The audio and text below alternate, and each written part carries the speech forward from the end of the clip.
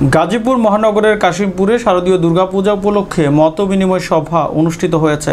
শনিবার বিকেলে গাজীপুরের কাশিমপুর মেট্রোপলিটন থানায় শারদীয় দুর্গাপূজা উপলক্ষে সনাতন ধর্মাবলম্বীদের সাথে মতবিনিময় সভা করেন কাশিমপুর থানা পুলিশ।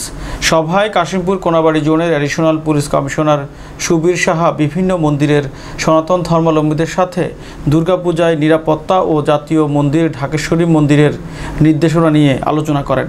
এই সময় পূজা মণ্ডপগুলোর পুজো উদযাপনের সভাপতি এবং সাধারণ সম্পাদকগণ শান্তিপূর্ণভাবে পুজো উদযাপনের লক্ষ্যে তাদের মতামত প্রকাশ করেন। মতবিনিময় সভায় শারদীয় দুর্গাপূজা উদযাপনে সনাতন ধর্মাবলম্বীদের সর্বোচ্চ নিরাপত্তা প্রদানের আশ্বাস দেন কাশিমপুর থানার অফিসার ইনচার্জ জাহিদুল হাসান জাহিদ। মতবিনিময় অনুষ্ঠানে কাশিমপুর থানার অফিসার ইনচার্জ তদন্ত মহিউদ্দিন, সনাতন ধর্মাবলম্বী ও কাশিমপুর থানা পুলিশের সদস্যরা উপস্থিত ছিলেন। আসলে এখানে পূজা উদযাপন কমিটির কাশিমপুরের সবাই ছিলেন ওনারা। তো আমাদের যেটুকু ওনাদের কাছে চাওয়া বা আমরা নিরাপত্তা ব্যবস্থার জন্য যতটুকু করতে পারবো শুধু সেই সম্পর্কে বলছি, বা ওনাদের এই নিরাপত্তা ব্যবস্থা জোরদার করার জন্য কি কি করণীয় সেই সম্পর্কে ওনাদের ব্রিফ দিয়েছি। তো আমরা ওনাদের আশ্বস্ত করেছি যে কোনো ধরনের কোনো গুজব বা কোনো